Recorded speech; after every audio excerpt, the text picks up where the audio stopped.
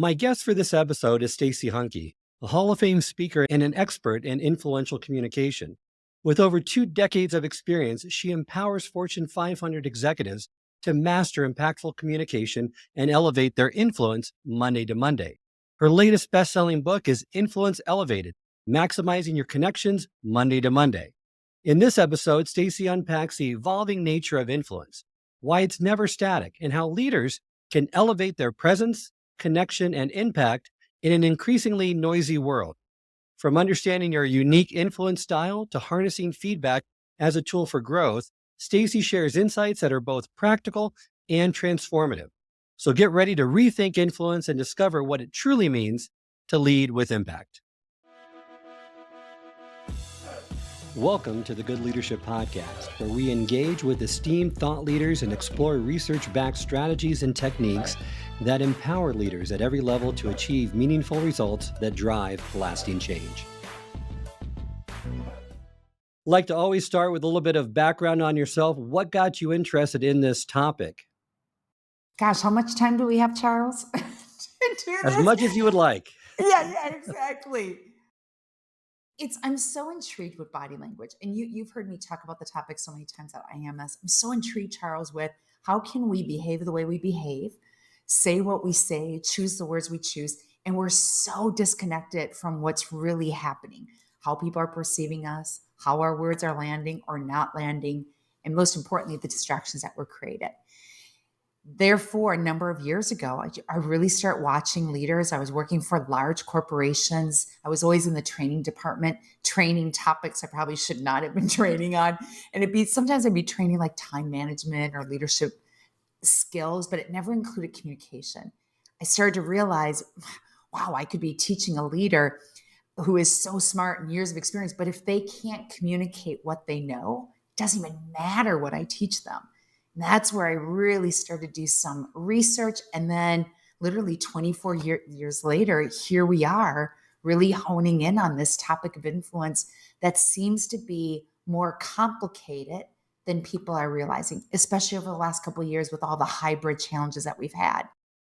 Well, I love how you define true influence, and maybe you can provide that definition for our listeners. And how does it differ from the traditional notion of authority or power?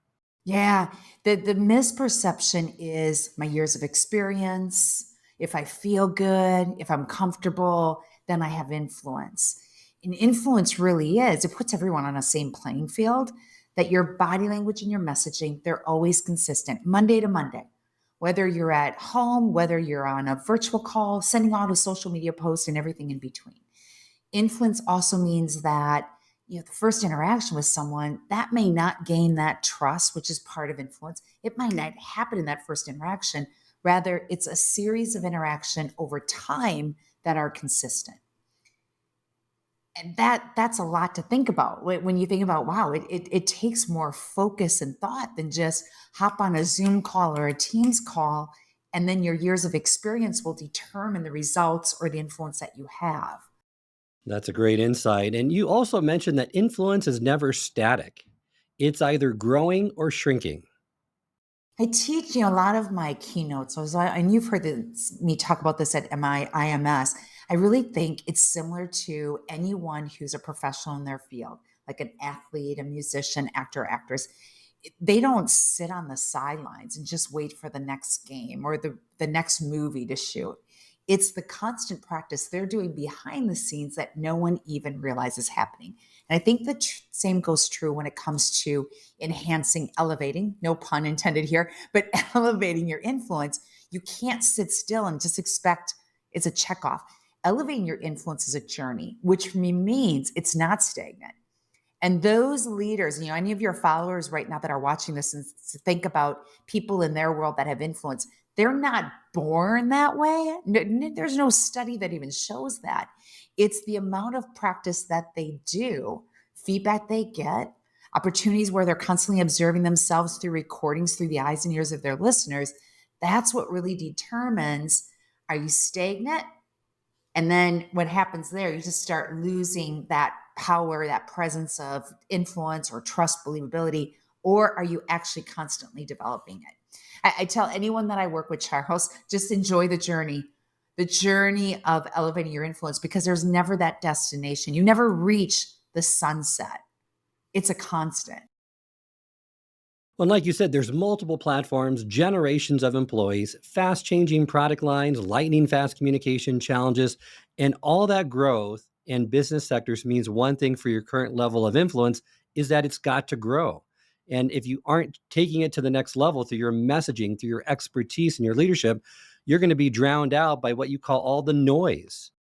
And that's the biggest change. And with Influence Elevated, when people ask me, what's the book about? Or why'd you write it? I said, because I couldn't just sit back and watch and listen to what our leaders were saying to us. And that is, it's so challenging now to communicate with influence because of the hybrid environment and the many ways that we can influence action. That's exactly the big problem. There's so much noise. I mean, at this point of the day, when we're recording this conversation, I have no idea how many conversations you've already had.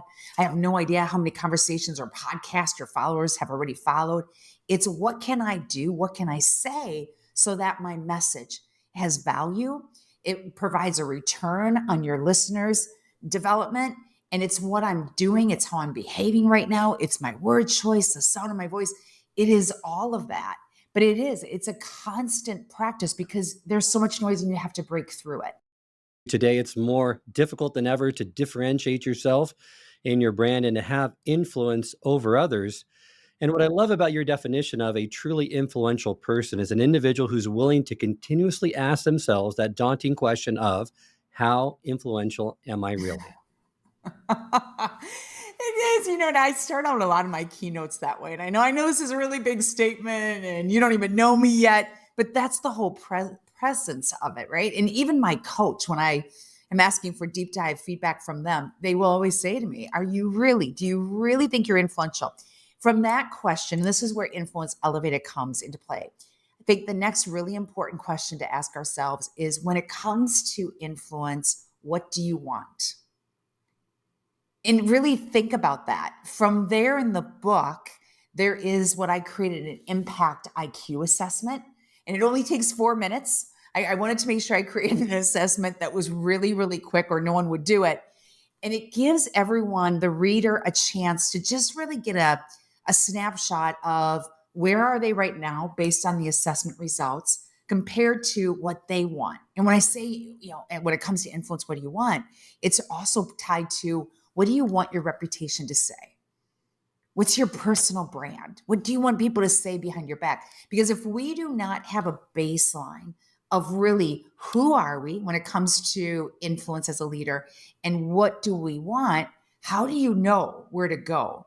And I best describe it's like you're shooting darts at a dartboard that's not even in front of you, or you give absolutely no thought to how you come across in the results that you get. So that the Influence Elevated really creates a baseline to just give people guidance, Charles, on where do I even begin if I've not given thought to this concept of influence before. Talk more about this impact IQ because you state that it helps you identify your unique influence type, strengths of your types, and where you might struggle. And there's a style of influence that comes naturally to you based on your unique personality, how you go about achieving goals, and what seemed to work for you in the past. And I love this assessment. Like you said, it's quick, it's easy. It identifies you on, I think, 6 different dimensions. Perhaps go through a few of those just to give some of our listeners insights into those different types of influence.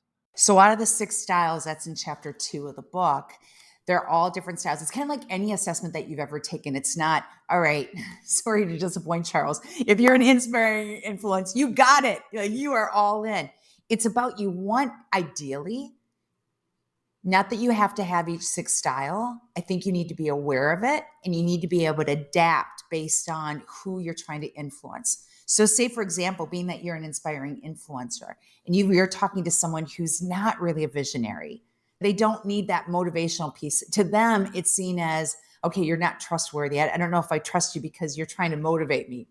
It's taking your style, recognizing who you are, where your strength is, and then based on who you're talking to, you might have to adapt into perhaps the altruistic influencer is one style.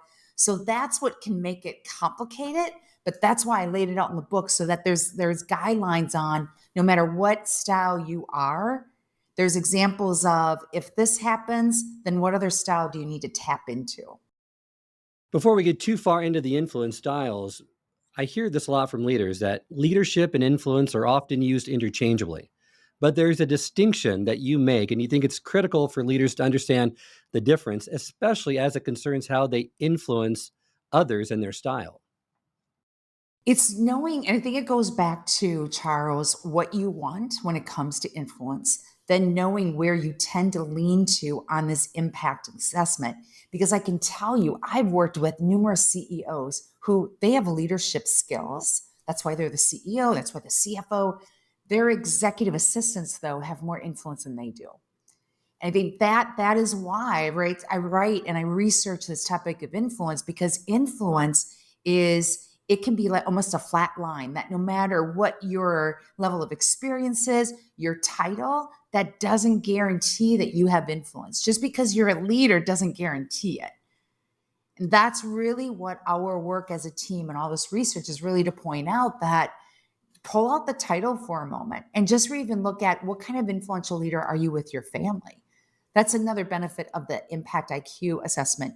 You really don't want to be heavy on one style in your personal life and heavy on one style in your professional life because now you're dealing with inconsistency. And there is that questionable, well, are you one person at home and one person at work? I know you behave a little differently, but when it comes to the assessment, you want consistency as much as possible. And I love how you distinguish the two because you're right. Leadership at its most basic level is the position of where you reside in a certain pecking order of the organization, while anyone can have influence and makes, Right. regardless of your position. And like you said, sometimes the administrative assistant is more influential than their boss or the CEO or the C suite person that they report to. Yeah. And when people ask me, why do you think that is?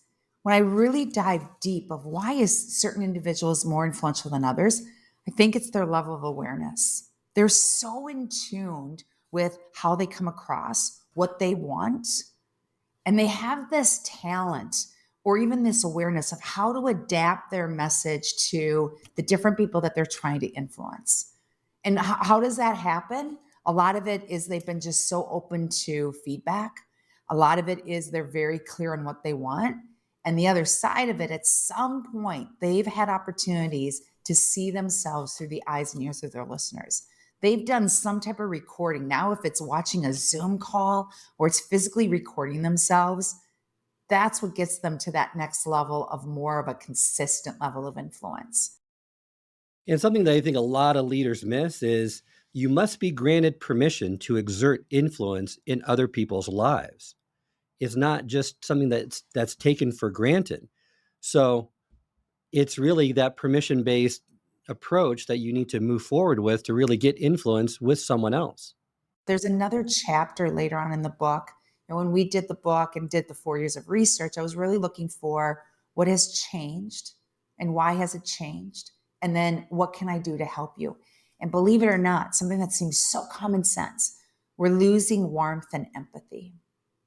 Just not, I mean, how did we lose something so common sense? And that ties to what you just said with this whole idea of a leader being able to be so aware of who they're speaking to. And when I say empathy, one of the quick ways to do that is being the one that's asking the open-ended questions to really dive into what does your listener really need? What does your team need versus what you think they need? And the open-ended question is not, how are you? Right? It really is, what's going on right now that's challenging you? I'll give you an example. Today, this month, being that we're in December when this is being recorded, I sit down with my leadership team one by one. And one of the questions I ask them as we recap this year, we prepare for next year, I always ask them, what can I do to better support you in the next year? And then I just stop talking. And that conversation has gone in so many different directions. But if I don't ask what's important to them, there's no way I can be influential on them because I don't know what they want. And each of them, it's so interesting. Each of them have very different responses to that question. A lot of people say, I have sympathy for other people. And isn't that the same thing as empathy? Empathy is clarification on empathy. It's really tapping into what's important to them. It's providing guidance based on what they say to you. That's why how you can start creating empathy in your conversation is asking that open-ended question. You're listening for the keywords in their response because their keywords will lead you to your next question. Sympathy, I look at sympathy as, I'm so sorry. I'm really sorry that that has happened. I understand how you're feeling, which I don't know. Can you really? I mean, empathy is taking what's important to them and guiding the conversation around that. They have to feel like your conversation with me, this meeting, it is about me and where I've been at, where I am right now, and you're trying to guide me to where I can go. That is empathy. That makes empathy and sympathy completely on different ends of the spectrum. And I find too that a lot of people say that they're sorry for an individual, but they can't put themselves in their shoes. So empathy is kind of taking it up another level, right? To say, not only do I feel, but I can, personally feel what you're feeling now and really relate to you in a more impactful way so that you Yeah. can, feel that I know and am understanding kind of what you're going through at this point in time. And I think it's taking it elevated to the next level Yeah. here as if you have the same situation as Carla on your team. Empathy is even though you have the same issues, the same problem or challenge, I still will have two different conversations with you. And I think that's one of the errors leaders make, where if you come to me with a challenge and I'm thinking, you know how many times I've heard this? And I know the solution for you. No, empathy again is asking questions to you, asking different questions to Carla to get to a solution for both of you, yet with the same situation. That takes a lot of what I call mindful listening and really pulling yourself out of the temptation of, well, as a leader, I need all the answers. No, I think you should go into a mentoring role now. And mentoring is different than coaching. Mentoring is together you guide each other to the solution is best for you. Because if it's not best for you, but it's best for me and the company only, why would you take that recommendation? Well, let's move back into just once they know about their influence style. The next question you have them asking kind of is ask yourself the question when it comes to influence, I want blank.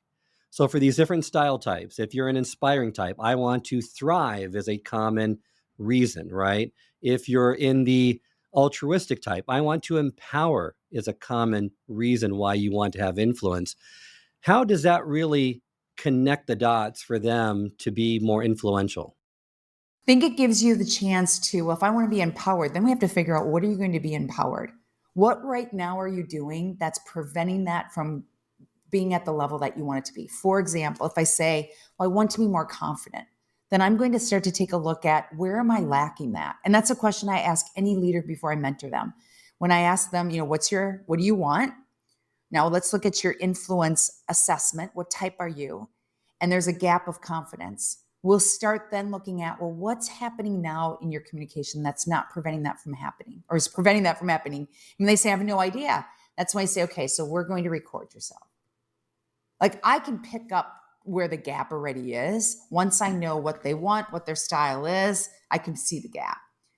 But I can tell you, I could sit here and coach you and say, well, here's where you're lacking confidence. I don't think it's going to do you any good. When you see it or when you hear it through a playback and you'll say, oh, my words are tentative.